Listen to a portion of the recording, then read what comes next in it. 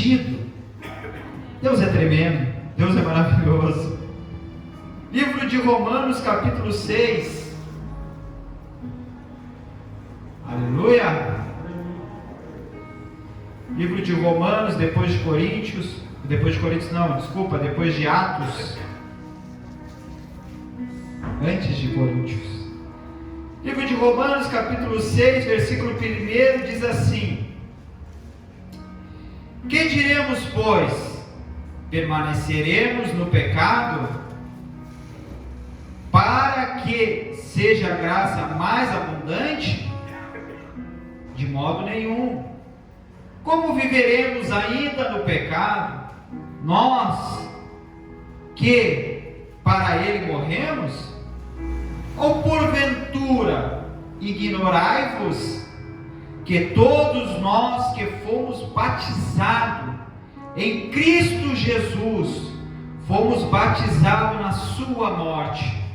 Fomos, pois, sepultados com ele na morte pelo batismo, para que, como Cristo foi ressuscitado dentre os mortos pela glória do Pai, assim também andemos nós em novidade de vida. Aleluia.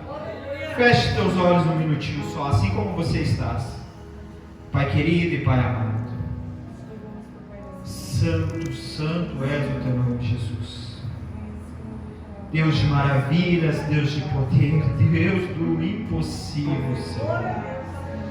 Ah, Pai, que nesta hora, neste momento, não venha a ser mais as minhas palavras, Senhor, mas venha a ser as tuas palavras.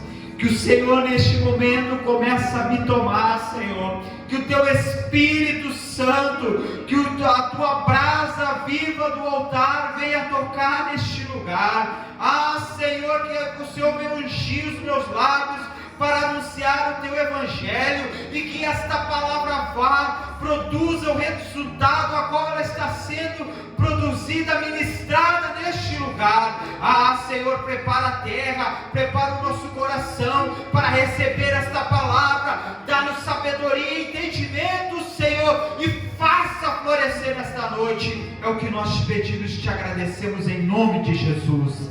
Amém e amém.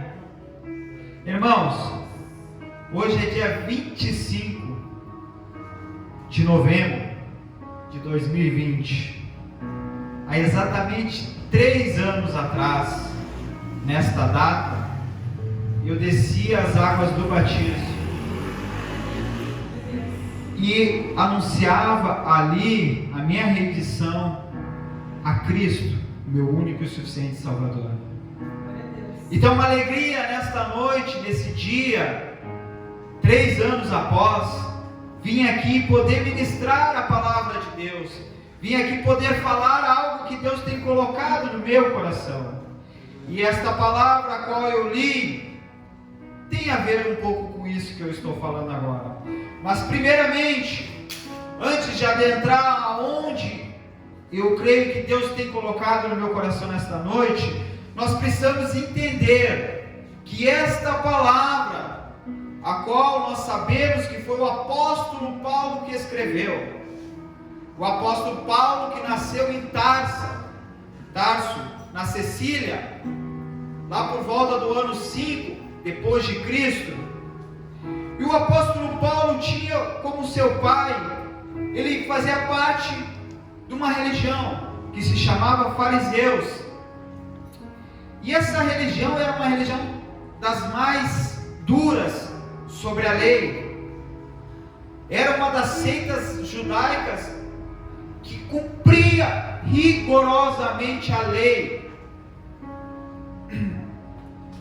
E a palavra de Deus nos fala que Paulo ele foi ensinado nesta lei. Então Paulo, quando começa a surgir novamente um novo ensino, uma nova forma de ser pregada, os ortodoxos, eles não aceitavam aquilo que era novo, aquilo que era diferente, aquilo que vinha contra os ensinamentos que eles haviam estudado. mas eles não compreendiam que aqueles ensinamentos a qual Jesus falava eram os ensinamentos que estavam assim na Torá, estavam assim na lei, que sim, falava que um dia haveria de vir um Messias, um Cristo, a qual seria que ele padeceria e ao terceiro dia ressuscitaria. E a palavra de Deus nos diz que Paulo, sendo ameaçado a lei, ele vai até Roma e pede autorização para perseguir os cristãos. Naquela época Paulo era chamado de Saulo, e ele começa a perseguir os cristãos. Nós sabemos que Paulo, a palavra de Deus nos fala em Atos, que ele entrava nas casas, arrastava as pessoas, aprendia as pessoas, e um certo dia ele fala: me dai carta para mim a Damasco, perseguir aqueles que estão trazendo uma nova palavra, uma nova mensagem, um novo evangelho, que não é aquele que a gente aprendeu, mas que nós não aceitamos.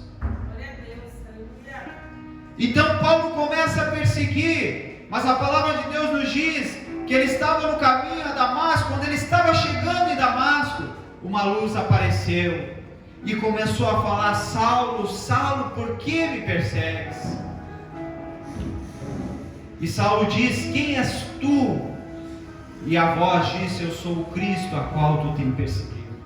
E daquele momento Paulo, a palavra de Deus nos diz que ele teve que, os soldados que estavam com ele, as pessoas que estavam com ele, tiveram que levar ele, porque ele caiu a sua visão e não enxergava mais nada. Tiveram que levar Paulo até uma rua chamada direita, e Deus dá a visão a Ananias, para que ele fosse lá e orasse por Paulo. E a palavra de Deus nos diz em Atos, que Ananias foi lá, orou por Paulo, e Paulo foi batizado.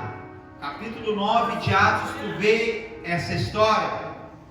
Então Paulo, depois disso, ele tem um tempo de estudo, um tempo de pensamento, um tempo de refletir aquilo que havia, aquilo que ele tinha como certeza, a lei, a Torá, mas ele não conseguia ver que a lei falava de um Cristo, ele não conseguia ver que a celebração da Páscoa era a celebração também do Cordeiro Pascual, aquele que morreria por nós e aquele que nos purificaria para sempre. E Paulo começa, depois desse tempo, alguns teólogos acreditam que foi 10 a 14 anos, até ele começar seu ministério. Então Paulo começa o seu ministério, e depois de um tempo, quem sabe, a palavra vai nos dizer que ele estava lá em Coríntios, e ele escreve a carta aos Romanos. No capítulo 1 de Romanos nós vamos ver que Paulo ele não conhecia Roma ainda, mas ele escreve essa carta a Roma. E chegamos aqui no capítulo 6, a qual Paulo nos diz aqui uma pergunta, ele faz: que diremos, pois? Permanecemos no pecado para que a graça seja mais abundante? Porque Paulo ele tinha falado que é pela graça a salvação, não é pelas obras. Eu posso ser uma pessoa boa, eu posso ser uma pessoa que ajuda o pobre, eu posso ser uma pessoa que ajuda a viúva, eu posso ser uma pessoa que ajuda o próximo, mas não é isso que me salva.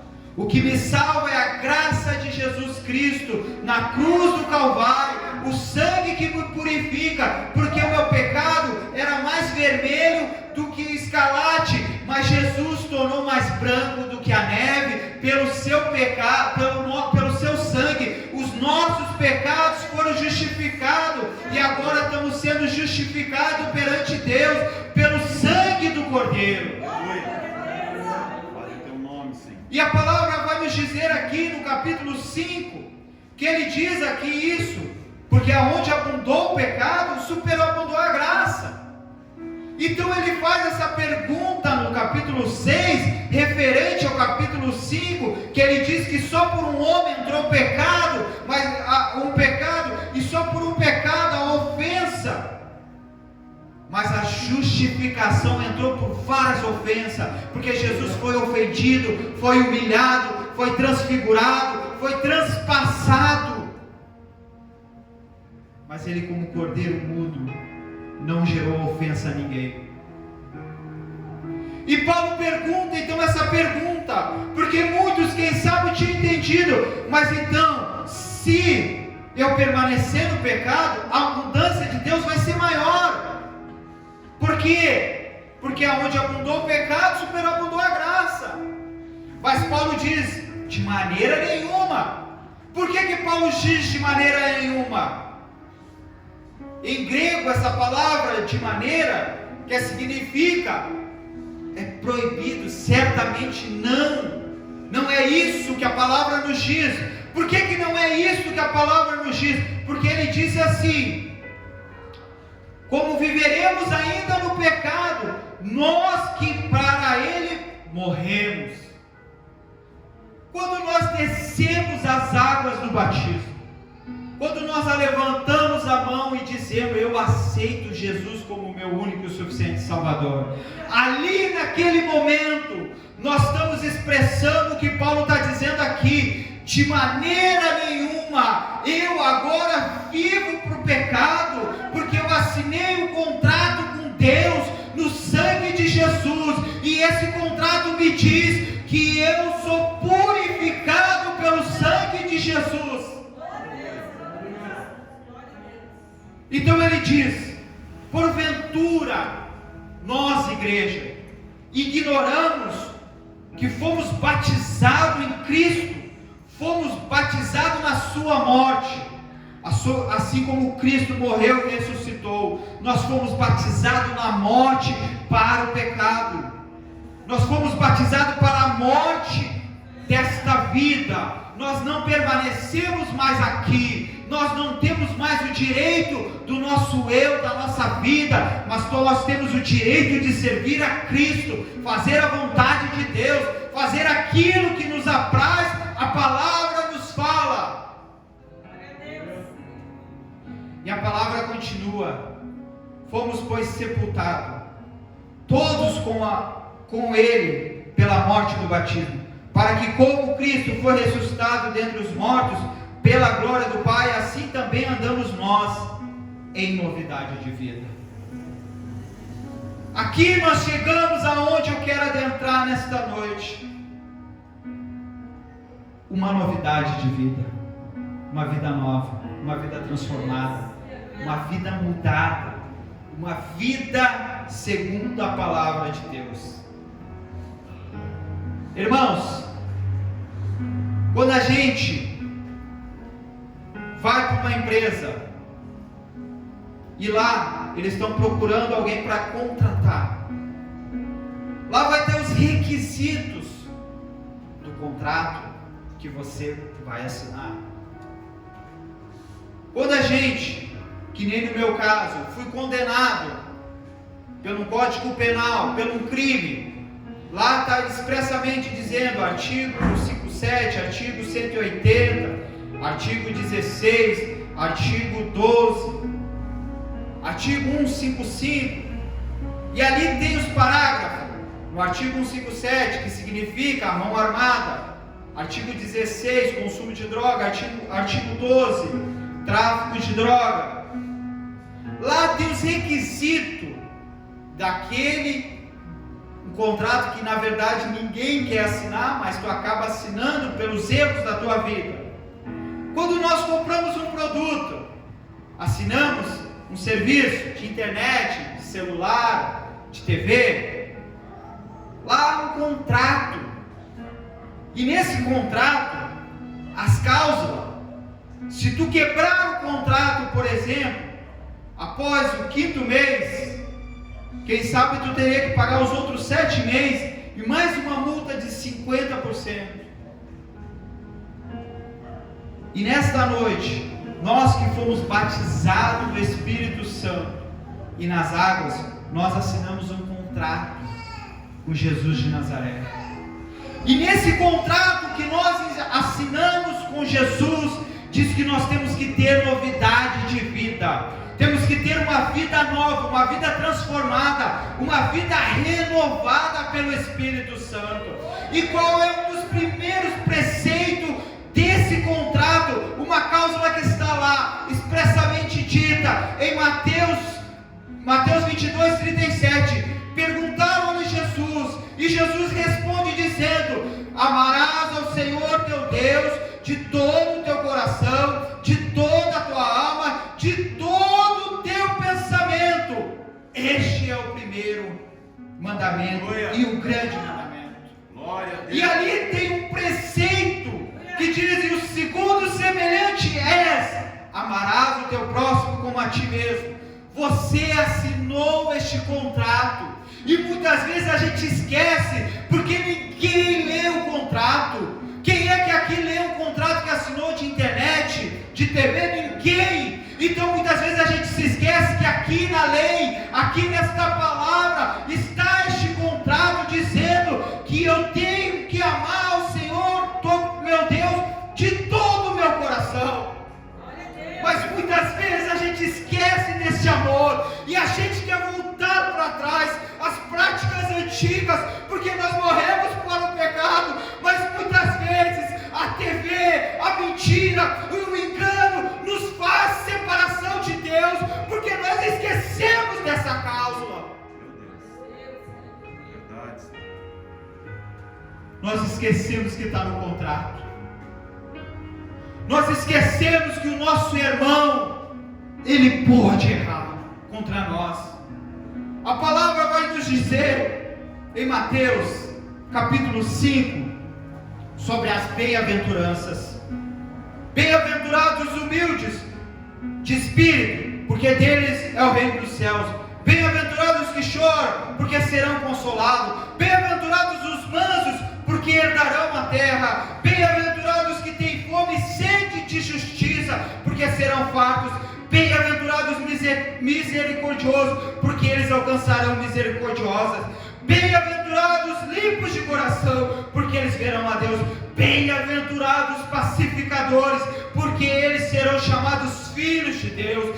Bem-aventurados perseguidores por causa da justiça, porque deles é o reino do céu.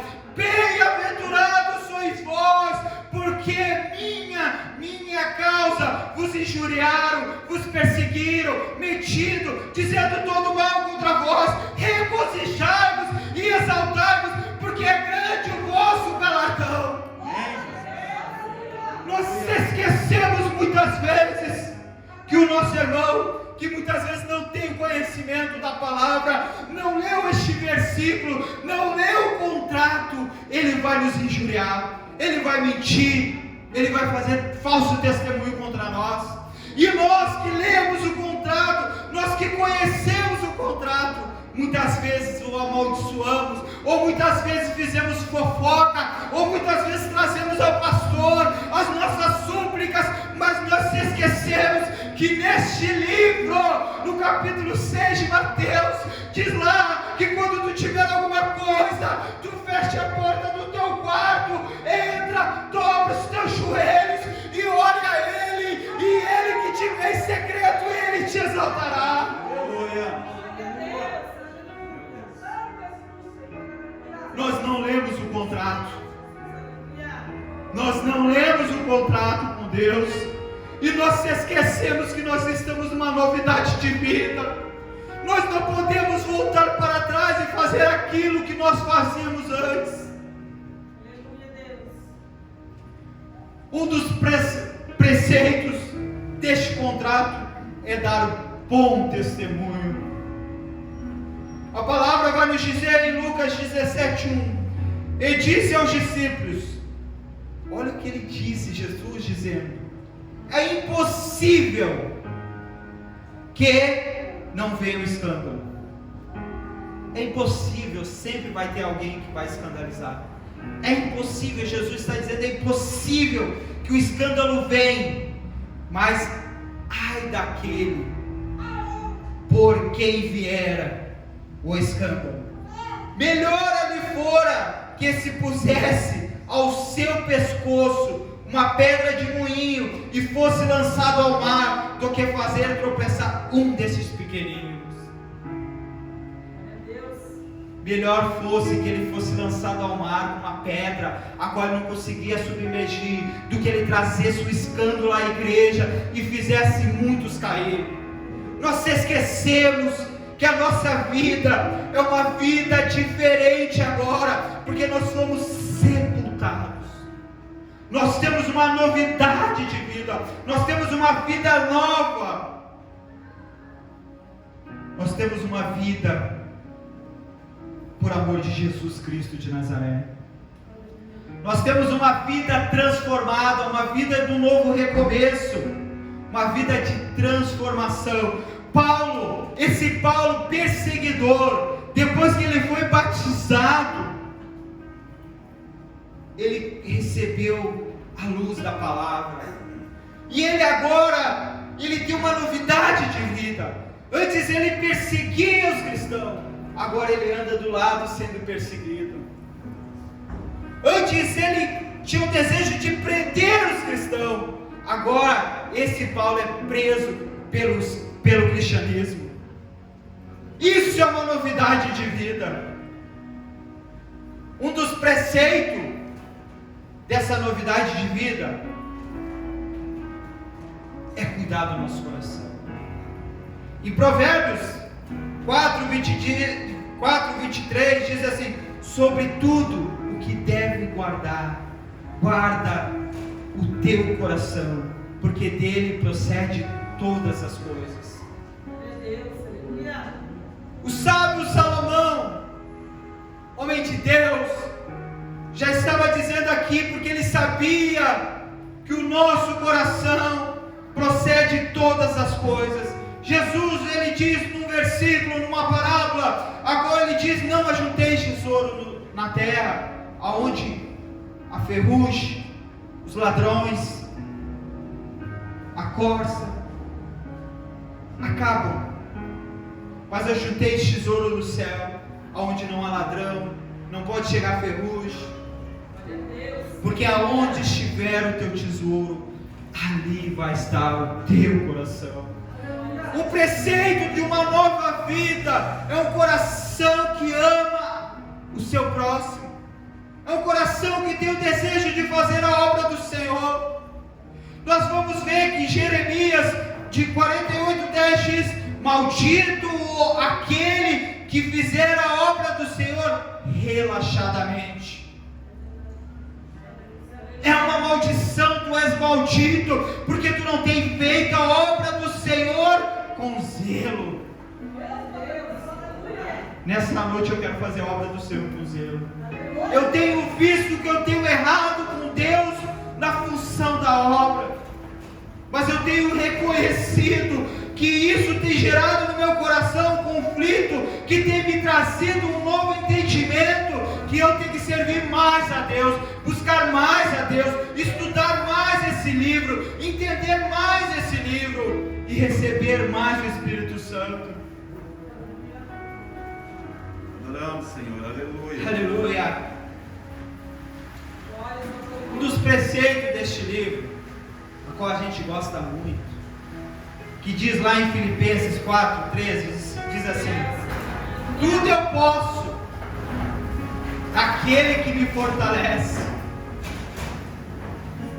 Tudo eu posso naquele que me fortalece. Muitas vezes a gente pega este versículo e acha que a gente pode todas as coisas, mas a gente se esquece que aqui está dizendo: tudo eu posso, vírgula, naquele que me fortalece. Aquele que me fortalece é Jesus Cristo de Nazaré. Aquele que me fortalece é o Cristo, o Cordeiro de Deus. E se Ele me fortalece, Ele me diz que eu não devo amar o pecado. Ele me diz que eu não devo mentir, que eu não devo roubar, que eu não devo fornicar, que eu não devo matar. Ele me diz que eu não devo ter outros deuses, que eu não devo ter imagem de escultura. Ele me diz que eu devo ter uma novidade de vida. A gente se esquece, a gente só se apega que tudo eu posso. Eu posso tudo naquele que me fortalece. Mas a gente se esquece que aquele que me fortalece está escrito aquele que me fortalece, somente Jesus. E Jesus vai te mostrar a verdade, porque a palavra de Deus nos diz que Ele é a verdade e o caminho. Aleluia. Em Coríntios 6,12 diz outra coisa: todas as coisas me são lícitas, mas nem tudo me convém. Todas as coisas me são lícitas, mas eu não me deixarei ser dominada por nenhuma delas. A gente pode mentir. Deus não vai descer do céu e vai dizer assim: não mente. A gente pode fazer falso testemunha. Deus não vai descer do céu e dizer que não faça. Tu pode ir lá no teu trabalho, não falar que tu é cristão. Tu pode ir lá no teu colégio, onde quer que tu anda, na tua vizinhança, e dizer que tu não ama Cristo. Tu pode. A palavra está dizendo aqui: tudo eu posso. Todas as coisas me são lícitas. Mas aquele que recebeu, aquele que assinou o contrato, aqui a palavra está dizendo: mas nem tudo me convém. Uma dos preceitos de uma nova vida é ser selado pelo Espírito Santo. A palavra vai nos dizer em Efésios 1:3: em que também vós estáis depois que ouviste a palavra. Em que também vós, depois que ouviste a palavra da verdade, o Evangelho da nossa salvação, você está entendendo? E tendo nele também crido, você escutou a palavra da verdade, tu escutou o Evangelho da salvação, tu creu neste Evangelho, e tendo nele também crido, foste selado com o Espírito Santo.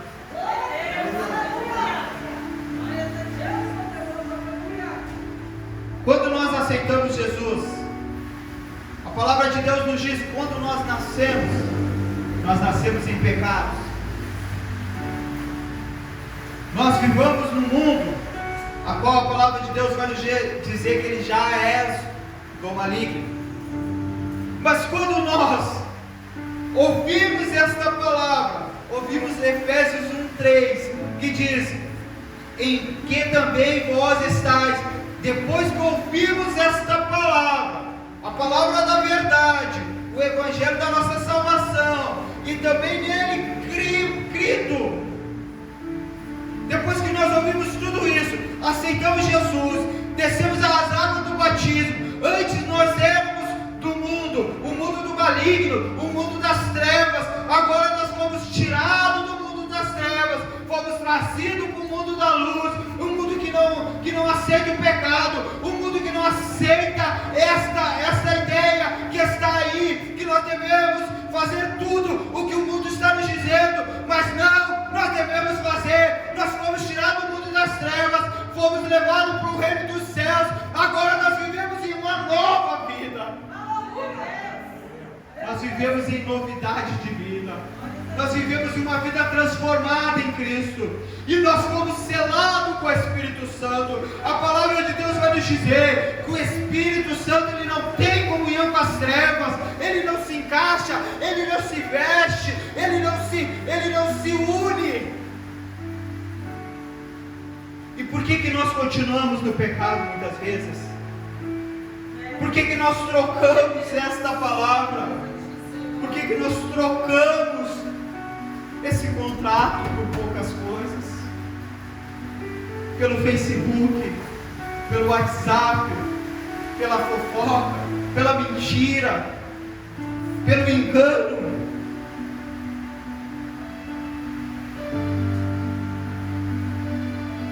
Porque a palavra de Deus nos diz essa noite: ame a Deus acima de todas as coisas. Creia nele, tenha fé nele. Um dos preceitos dessa nova vida está em Romanos, capítulo 8, versículo 1. Eu amo muito esse texto, que e diz assim: portanto agora, nenhuma condenação há para os que estão em Cristo Jesus, que não andam segundo a carne, mas segundo o Espírito Santo. Nós fomos selados, nós fomos transformados, nós fomos refigurados, nós fomos feitos uma nova criatura, e agora nenhuma condenação há em nós, porque o sangue de Jesus nos justifica de toda a condenação. O diabo vai chegar para ti, assim como ele já chegou para mim, e vai dizer: mas tu é um drogado, tu é um ex-presidiário, tu se envolve com tráfico, tu se envolve com mulheres. Mas eu digo para ele: mas agora o sangue do Cordeiro, aquele que estava lá no Egito, nas portas do umbral, quando o anjo da morte passou, ele não pôde tocar. Este sangue me justifica de todo o erro que eu fiz, porque agora eu sou uma nova criatura. Antes eu enganava minha esposa, antes eu mentia para ela, antes eu tinha práticas demoníacas, mas hoje eu tenho uma nova vida transformada pelo sangue do Cordeiro. E agora, a hora já está sendo passada, nós chegamos nos preceitos de uma nova criatura, que todo crente que se fez novo tem que fazer. O pastor disse aqui que as ovelhas têm que multiplicar. A palavra de Deus nos diz em Mateus 28, 18,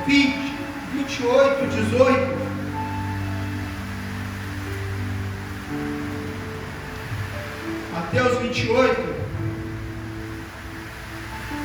versículo 18 diz assim: e Jesus, depois de ter ressuscitado, depois que ele ter aparecido muitas vezes aos discípulos, diz: e Jesus aproximou-se e falou dizendo: toda autoridade me foi dada nos céus e na terra, ide, portanto, fazei discípulos de toda a nação, batizando em nome do Pai, do Filho e do Espírito Santo, ensinando-os guardar todas essas coisas que vos ordenei, e eis que estou convosco todos os dias até a consumação do século. Jesus está nos dando uma ordem aqui. Nós que fomos selados, nós que fomos transformados, nós que recebemos uma nova vida, uma nova identidade.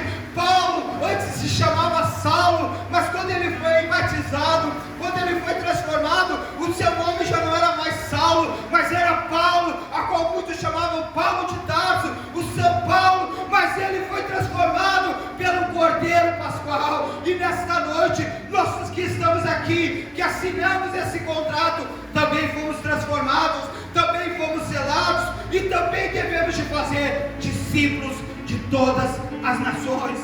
E a palavra diz em Marcos também 16, que decorre desta palavra essa mesma coisa. No versículo 15 diz assim: e disse: ide por todo mundo, pregai o evangelho a toda criatura. Quem crer e for batizado será salvo, quem porém não crer será condenado. Estes sinais seguirão daqui e acompanharão aqueles que creem. Em meu nome expelirão demônios, falarão novas línguas, pegarão em serpente, e se alguma coisa mortífera beber, não lhe fará dano, e pusará as mãos sobre os enfermos e ficarão curados.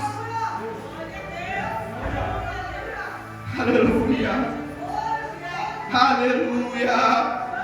Deus está nos dizendo uma ordem para aquele que é convertido, uma ordem para aquele que é transformado, uma ordem para aquele que recebeu o evangelho da verdade, uma ordem para aquele que recebeu: ide, pregai o evangelho, anuncie o evangelho, fale do evangelho, fale do amor de Cristo, dê bom testemunha, seja zeloso, mulher, seja prudente, porque a prudente edifica a casa. Homem, seja obediente ao Senhor. Tu és o cabeça, tu tem que ter a certeza daquilo que tu faz, tu tem que ter a convicção daquilo que tu faz, mas tu tem que ter a convicção pela palavra, pela verdade, pela vida,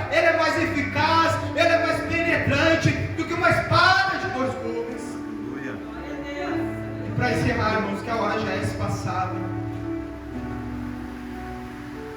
Quando nós chegarmos no céu, lá,